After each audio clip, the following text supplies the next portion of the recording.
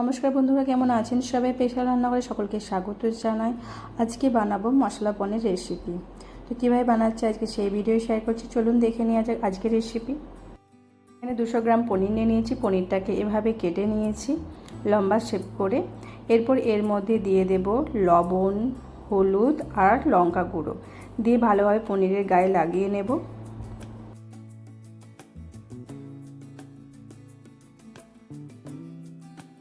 মশলাগুলোকে ভালোভাবে পনিরের গায়ে লাগিয়ে নিয়েছি। এরপর কড়াইয়ের মধ্যে পরিমাণ মতন সাদা তেল দিয়ে দেব। সাদা তেল দিয়ে তেলটাকে গরম করে নিয়ে এর মধ্যে দিয়ে দেব কেটে রাখা পনিরগুলোকে হালকা করে ভেজে নিতে হবে। এক সাইড ভাজা হয়ে গেলে উল্টে আরেক সাইড ভেজে নিতে হবে। এভাবেই বাকি পনিরগুলোকেও ভেজে তুলে রাখবো।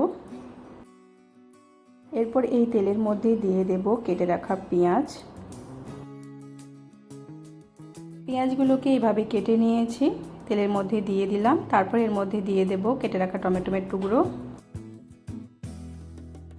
টুকরোটাকে দিয়ে পেঁয়াজ আর টমেটোটাকে হালকা একটু তেলের সাথে ভেজে নিতে হবে। তারপর এর মধ্যে দিয়ে দেব রসুন আর আদা কুচানোটাকে দেওয়ার পর আবার একটু হালকা নেড়ে চেড়ে ভেজে নেব তেলের সাথে।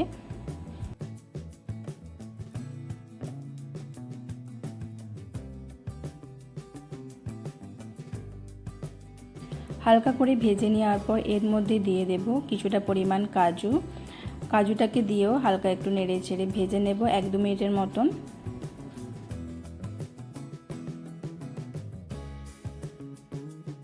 ভাজা হয়ে যাওয়ার পর ঠান্ডা করে নিয়ে এটাকে পেস্ট করে নেব।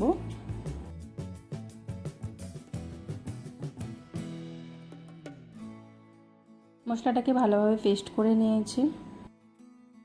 ওই তেলের মধ্যে দিয়ে দেব গোটা জিরে, 2টো এলাচ, 2টো লবঙ্গ, 1 টুকরো দারুচিনি দিয়ে হালকা করে একটু নেড়ে চেড়ে ভেজে নিয়ে তারপর এর মধ্যে দিয়ে দেব পেস্ট করে রাখা মশলাটা।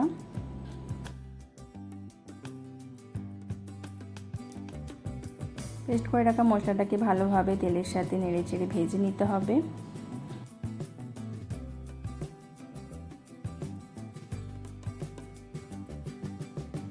তারপর এর মধ্যে দিয়ে দেব হলুদ গুঁড়ো, ঝাল লঙ্কা গুঁড়ো, ধনে গুঁড়ো আর স্বাদ অনুযায়ী লবণ দিয়ে হালকা করে মিশিয়ে নিতে হবে নেড়ে চেড়ে।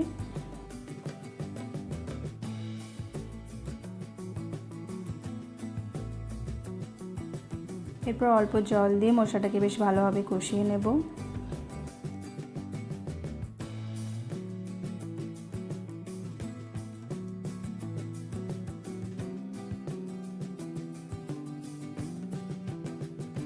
2-3 মিনিট ধরে ভালোভাবে মশলাটাকে কষিয়ে নিয়েছি আর মশলাটাও বেশ ভালোভাবে কষানো হয়ে গেছে।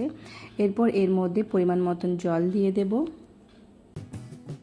আর আমি এখানে জলটা গরম জল ব্যবহার করেছি। গরম জল দিলে রান্নার টেস্ট ভালো হয়। জলটা দেওয়ার পর ভালোভাবে মশলার সাথে মিশিয়ে নিচ্ছি নেড়ে চেড়ে।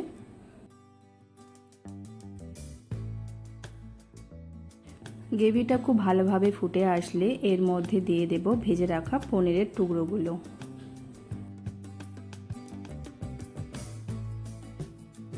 তারপর নেড়ে চেড়ে মিশিয়ে নিয়ে 1-2 মিনিটের মতন ঢাকা দিয়ে রান্না করে নেব।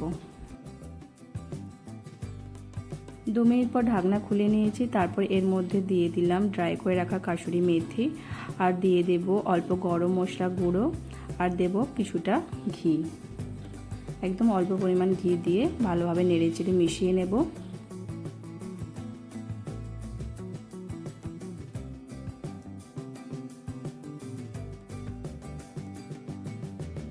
ভালোভাবে নেড়ে চেড়ে মিশিয়ে নিলেই রেডি হয়ে যাবে মশলা পনির রেসিপি। আজকের রেসিপি যদি আপনাদের ভালো লেগে থাকে অবশ্যই আপনারা বাড়িতে একবার এভাবে ট্রাই করে দেখবেন। খেতে খুবই ভালো লাগে, রুটি পরোটা সব কিছুর সাথেই খেতে ভালো লাগে। আর রেসিপিটি ভালো লাগলে অবশ্যই লাইক কমেন্ট শেয়ার করে দেবেন আর প্লিজ চ্যানেলটিকে সাবস্ক্রাইব করে দেবেন। ভালো থাকবেন, ধন্যবাদ।